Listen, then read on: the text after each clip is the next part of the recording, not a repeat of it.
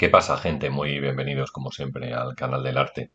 En el día de hoy vamos a hablar de las banalidades estéticas, es decir, en muchos casos de cómo el arte contemporáneo se ha convertido en un arte totalmente banal, con algunos tipos de representaciones que nada tienen que ver con tomar el pulso a la sociedad, sino más bien con llamar la atención o reflejar un poco el tipo de sociedad en el cual nosotros vivimos. Para ello, para esta lección de estética contemporánea, nos vamos a basar en un libro que se ha publicado hace muy poco tiempo, que es un libro de Fernando Castro Flórez, que se titula así, Banalidades Estéticas, y que lo edita pues Libros Mínimos, o sea, la editorial Éxito, que tiene su base principal en México, aunque bueno, pues la editora del libro es española, se trasladó allí durante la crisis de 2008 y allí continúa trabajando. Vamos a comenzar diciendo que el arte, que tiene una voluntad crítica, funciona como un subsistema inmunitario de los sistemas sociales, acentuando las contradicciones para poner en alarma a una sociedad que se supone que es bien pensante. Los conflictos que surgen son operaciones que finalmente se han transformado en comunicación. Habermas decía que la comunicación no es algo que pueda fracasar. El uso productivo de lo negativo no debe entenderse necesariamente en forma dialéctica, sino que adquiere, especialmente en el arte contemporáneo, una performatividad deconstructiva. Quizás la pregunta es la misma que se haga Hal Foster, es decir, ¿qué puede hacer el arte en una época de debacle absoluta?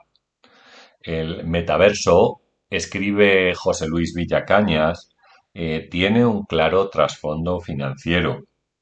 Es decir, este metaverso estará dominado por un régimen estético de producción de imágenes bellas, imágenes que amueblan de belleza el psiquismo satisfecho de sí mismo. Al hilo de este tipo de cosas, Jacques Rancière dice que el humor distanciador de ciertas manifestaciones artísticas con finalidad crítica viene a sustituir el choque provocativo. Vamos a las orígenes, vamos a las bases, porque Benjamin, sabéis, decía que a lo que más atención se presta ahora no es a la noticia que nos llega de lejos, sino a la información que nos aporta un indicio de lo inmediato. La información vive de lo instantáneo, excitando de esta manera nuestra curiosidad, saturando la capacidad para comprender lo que sucede. La esfera pública burguesa ha tornado en efervescencia de tipo viral. Paul Valéry tiene un ensayo muy inventado que se llama La conquista de la ubicuidad.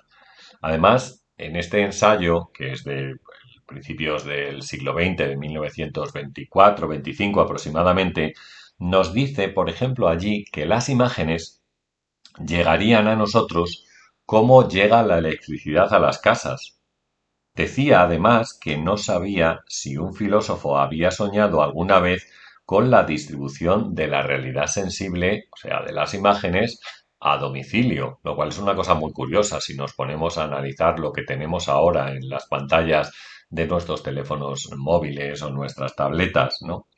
Lo que sí tenía claro Valeri es que había cambiado la materia, el espacio y el tiempo, produciéndose en este año, en los años 20 del siglo pasado, transformaciones muy hondas en lo que él califica como la antigua industria de lo bello.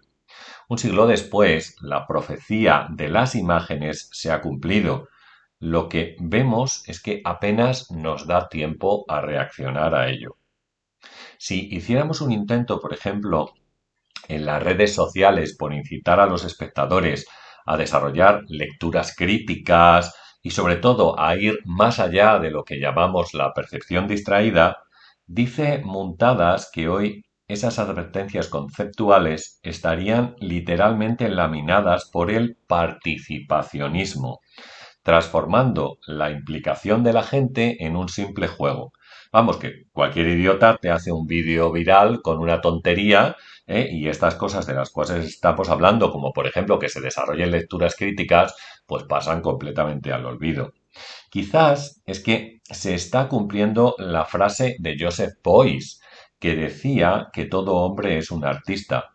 Muchos ni siquiera se habían dado cuenta de ello, de que eran artistas, hasta que, para iluminarles, nacieron las redes sociales.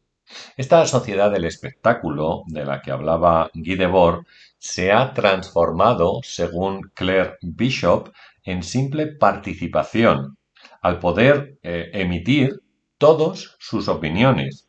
Y todos pueden emitir sus opiniones a cualquiera.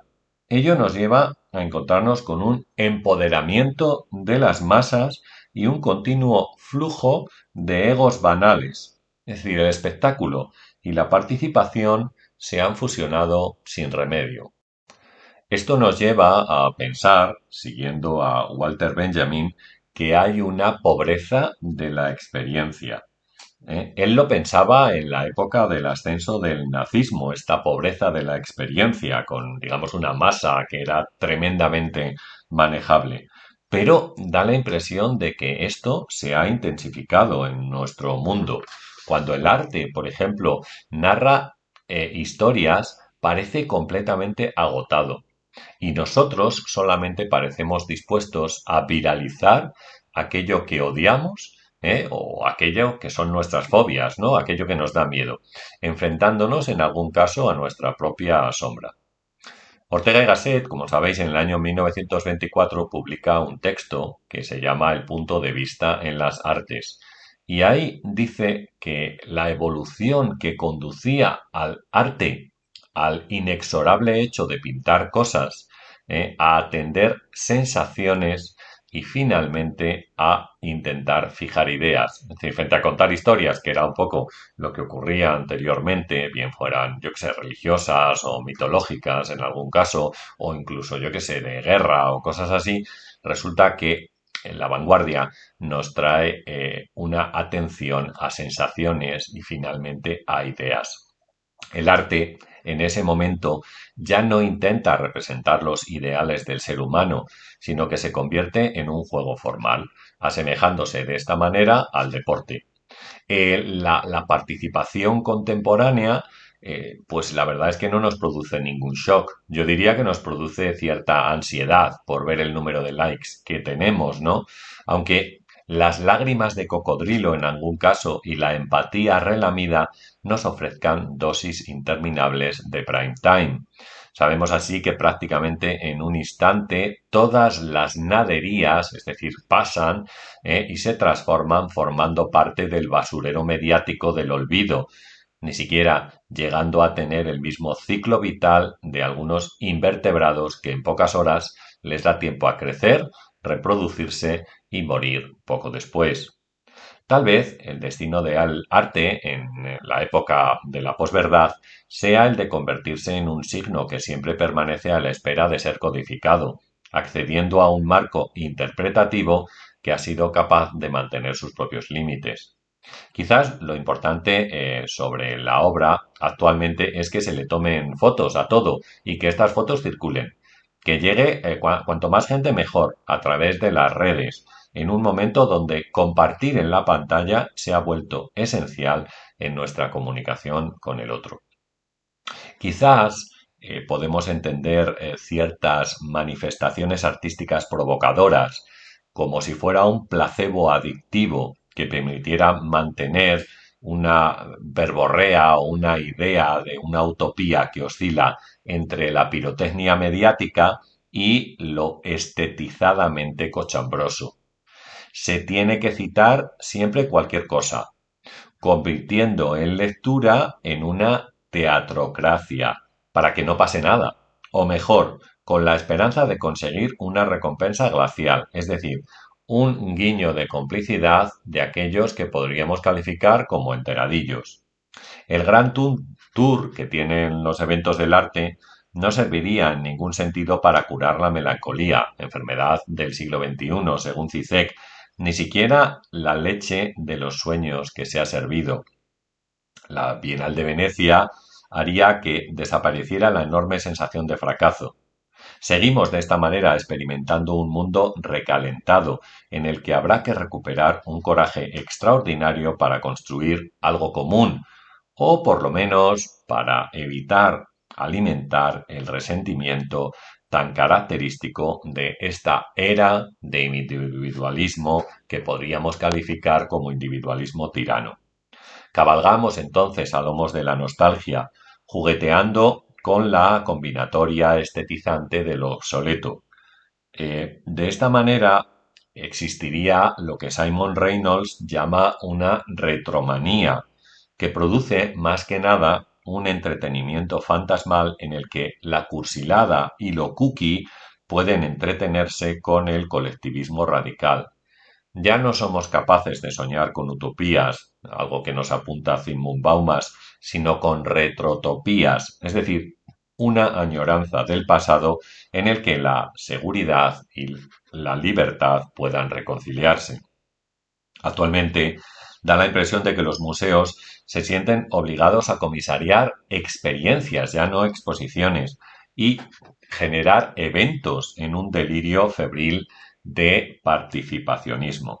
La retaguardia postduchampiana que existe combina el postureo relacional con la tergiversación informe del situacionismo, abusando de la palabrería en algunos casos, una palabrería críptica que pueda imaginarse para así monumentalizar los documentos e imponer una logística de archivo que es tediosa hasta límites insufribles.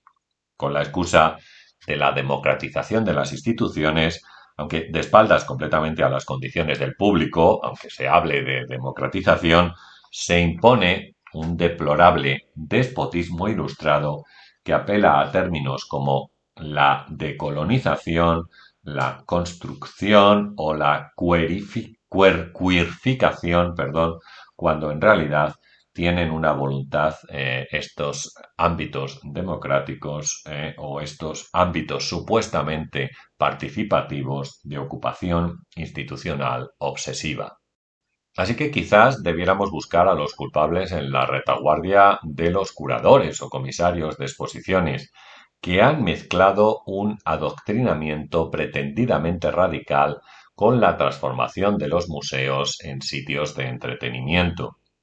Ito Steyer dice en su libro Arte Duty Free que nos encontramos empantanados en un tiempo basura, intentando aplacar el aburrimiento con altas dosis de memes o entregados a un bla bla bla que pone en relación con el latín usado como masa de texto en la maquetación de libros. Este latín alude al latín internacional de discoteca del cual nos habla Ito Steyer y que sería pues ese lenguaje, ese inglés que se usa en las reuniones que tienen pues los agentes del sistema del arte.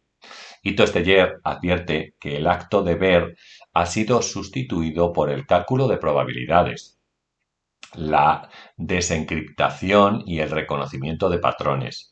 Estamos ciertamente ahogándonos en datos y resulta que no tenemos apenas información. Steyer aboga por un arte inconveniente, es decir, por procesos deliberadamente complejos, que aspira a producir un levantamiento de las imágenes, esto es, una insurrección contra el status quo actual. ¿Acaso las obras de arte tengan que adoptar la forma de las piedras, que finalmente podríamos calificarlas como materiales de la revuelta, como cimientos desparramados de la más lúcida sintomatología del presente? El buenrollismo se ha convertido en algo normativo y no hay nada más detestable que los herederos de Calimero, es decir, esos lloricas que además son irrefrenables contando sus penas. En el mundo del arte hay una conocida patología abracista, es decir, de abrazar a todo el mundo, que sobre todo se manifiesta en los saraos, en aquellas cosas que llaman las ferias de arte o las posferias de arte, o cuando el personal resulta que termina por no sentir las piezas en el espacio basura de la bienalización. A falta de curators que te reconozcan, puedes terminar a altas horas de la noche abrazando perfectamente una farola. Tal vez una de las preguntas que debemos hacernos es si todo el mundo es igual o si cada persona puede tener la misma voz. Por ejemplo, si todos tienen la misma capacidad de comentar algunos aspectos de un vídeo de YouTube.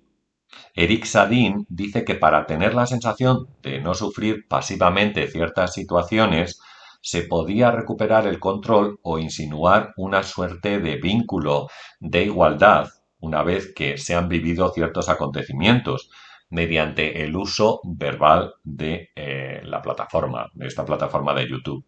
Esta expresividad, en muchos casos sin freno, consigue acelerar el revanchismo, que es lo que podemos ver en muchos comentarios, el mal rollo, la rabia, y da rienda suelta, ¿sabéis?, a un odio que en última instancia repercute, aunque pensemos que no, en nuestro distorsionado reflejo reticular. Siguiendo estos parámetros, ¿para qué queremos a la casposa crítica de arte? Si ya tenemos los comentarios en YouTube, ¿no? Cuando ya no hay opinión pública, sino que hay una corrala hiperviral donde cualquiera puede decir lo que le parezca. Hay que democratizar el juicio, eso nos comentan, y confiar también en los comentarios que se hacen en TripAdvisor o en cualquier otro tipo de plataforma. Todo ello que sirva para expresar las opiniones de cualquiera. Lo que da la impresión es de que la retórica vanguardista parece que sirve para camuflar la impotencia en un momento en el cual los comisarios de arte contemporáneo tienen el aspecto de un hidalgo que participa en la novela ejemplar del Lazarillo de Tormes. Es decir, que los comisarios son falsarios en su presuntuosa dignidad y precarios completamente en su crónica. Y es que del arte se ha adueñado lo cotidiano. Lo cotidiano es el dueño del arte contemporáneo. Y así lo denunciaron algunos autores, como Donald Caspit, que lo hace en su libro sobre el fin del arte, diciendo que este es el mal que ha aquejado no solo al arte del siglo XX, sino al arte más actual. Pero no es el único, porque, por ejemplo, Michel Masefoli, sabéis, afirma que el ambiente afectivo que caracteriza lo cotidiano se basa en la apariencia, en aparentar, es decir, en tener una vida que sea vista o que sea digna de ser vista. En este sentido, sabéis, el voyerismo, en el mejor o peor de los casos, es un buen vector de la socialidad. Lo cotidiano no excluye la emoción o el afecto, no los aísla en la esfera de lo privado. Pensemos además que nosotros parece que estemos obsesionados por demostrar nuestra existencia a través de las redes sociales, aunque sea haciendo pública nuestra perversidad o bien potenciando los rituales de transparencia.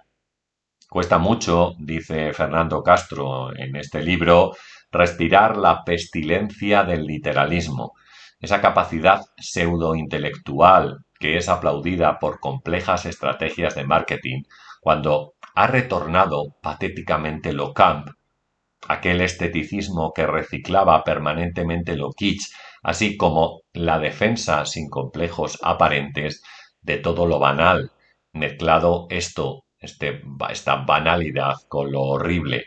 Y a pesar de todo, es bastante difícil reflejar la banalidad en la realidad. Hay razones para la inquietud en un mundo en el cual nos precipitamos al absurdo, mientras el público aplaude sin rabiar, a veces sin saber perfectamente aquello que está aplaudiendo. Las miradas aparecen desencajadas en el horizonte de un completo empantanamiento, con una saturación de perversidades devenida ortodoxia, porque finalmente la transgresión lo que puede terminar haciendo es restaurar la ley. Franco Bifo Berardi afirma que existe una estetización de la cultura contemporánea y que ésta puede ser leída como un síntoma de una metáfora o también de su propia frigidez. La huida incesante de un objeto de deseo a otro, síntoma capitalista, esto lleva a una sobrecarga de la estimulación estética y a la invasión también del espacio público por anuncios publicitarios que nos parecen estéticamente excitantes. Y es que la catástrofe ética de nuestro tiempo es no percibir al otro como una extensión sensible de nuestra propia sensibilidad. Yo creo que la catástrofe de nuestro tiempo es no percibir al otro, simplemente. Sería el gran reto que tenemos y que no somos capaces de llevar a cabo. Lo único que importa, es evitar el zapeo o, en términos menos anacrónicos, conseguir visibilizar o monetizar nuestra existencia.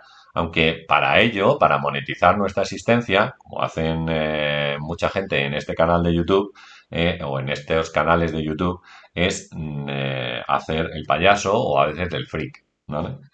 En este momento crítico de distancias pandémicas, con un despliegue de sistemas de control algorítmico de la vida, resulta que el arte y los creativos están hipnotizados con las burbujeantes criptomonedas, entusiasmados algunos de ellos con la venta de un píxel gris o alucinando con una escultura invisible, que recordaréis seguro que consigue dar el pego. La banalidad entonces se viraliza. La creatividad redefinida por el neoliberalismo sirve para reproducir el status quo, es decir, que nos apresuramos hacia naderías, nos agitamos de forma delirante, consiguiendo finalmente que la catástrofe no cese. Si se considera que el arte del siglo XX es una tentativa de transfiguración de lo banal en la obra, como nos sugiere, por ejemplo, el filósofo Arthur C. Danto, no resulta absurdo preguntarse si los reality shows no forman parte, a su manera, del arte contemporáneo, que aprovecha los restos de la performance devenidos en este sistema o en esta forma de expresión. Si el arte entonces se ha convertido, como le gusta decir a Baudrillard, en un delito de iniciador, es decir, de algo que está marcado por la retórica del citacionismo, también es capaz todavía de ser un sismograma de lo que pasa. Debería serlo, ¿no? El arte, un sismograma de lo que pasa. En un siglo XXI que está marcado por la demolición, con una compulsión voyerística que ha propiciado el extraño placer de la catástrofe, la cultura no puede ser meramente un juego de la libertad, sino que exigimos que se afronten los conflictos y que produzcan lo necesario. Mientras tanto, parece que nosotros seguimos empantanados en la rumorología, es decir, sufriendo una narcolepsia sin cura aparente, fascinados por el arte de ocultar aquello que resulta esencial. Y es que todo sucede en la pantalla extraplana de los mass media, en ese torbellino de la información que hace que cualquier cosa se evapore en un instante. La intención del arte crítico de interrumpir la velocidad de ese flujo, de poner el freno de emergencia, como decía Walter Benjamin, es tan imprescindible como desesperada. Porque incluso el proceso artístico o teórico que intenta explorar las sombras, las fallas y los agujeros que tiene la ideología dominante puede ser neutralizado a la carrera, puede ser catalogado y expuesto en las mejores vitrinas de un museo, pasando a definirlo entonces tal vez, como decía Theodor Adorno, como mausoleo en vez de como museo. Lo malo es que esta sociedad del espectáculo ni siquiera es espectacular, sino descaradamente tediosa, con radicales que consiguen consagrarse con auténticas muestras de la nada absoluta. El silencio, la complicidad y la impostura, o la verborrea sin sentido, el cinismo y la estupidez sin asideros han consolidado un paradigma de la heterodoxia fósil. Tal vez Mierda de artista, de Piero Manzoni, sea la piedra filosofal del arte contemporáneo, el complemento inevitable del urinario de Duchamp. Los arcanos alquímicos pueden estar citados en esas rudas provocaciones. La cuestión obsesiva, por simplificar, era la de conseguir oro a partir de la escoria. Muy bien, pues esta es nuestra reflexión y nuestro vídeo de hoy. Yo, como siempre, espero que te haya parecido interesante o que te parezca interesante y que te haya gustado. Te animo también a dejar un comentario acerca de estas cuestiones que tendrían que ver con, pues no solo con la sociedad contemporánea, sino también con el arte contemporáneo. Te animo también a que le des una oportunidad al libro de Fernando Castro Flórez, como digo, que se llama Banalidades Estéticas, y que se acaba de publicar. Bueno, por mi parte, nada más. Deja un like, que no cuesta nada, o si quieres colaborar con este canal para que sigamos haciendo vídeos como este, pues oye, te puedes hacer miembro del mismo o echar un vistazo a los libros que tenemos publicados y que encuentras el enlace en la parte inferior, algunos de ellos libros de estética, como por ejemplo el libro de las categorías estéticas, en el cual también es muy crítico con algunos aspectos o algunos puntos de la sociedad y del arte contemporáneo. Entonces, bueno, pues nada más, te mando un abrazo como siempre y nos vemos pronto en un nuevo vídeo. Adiós.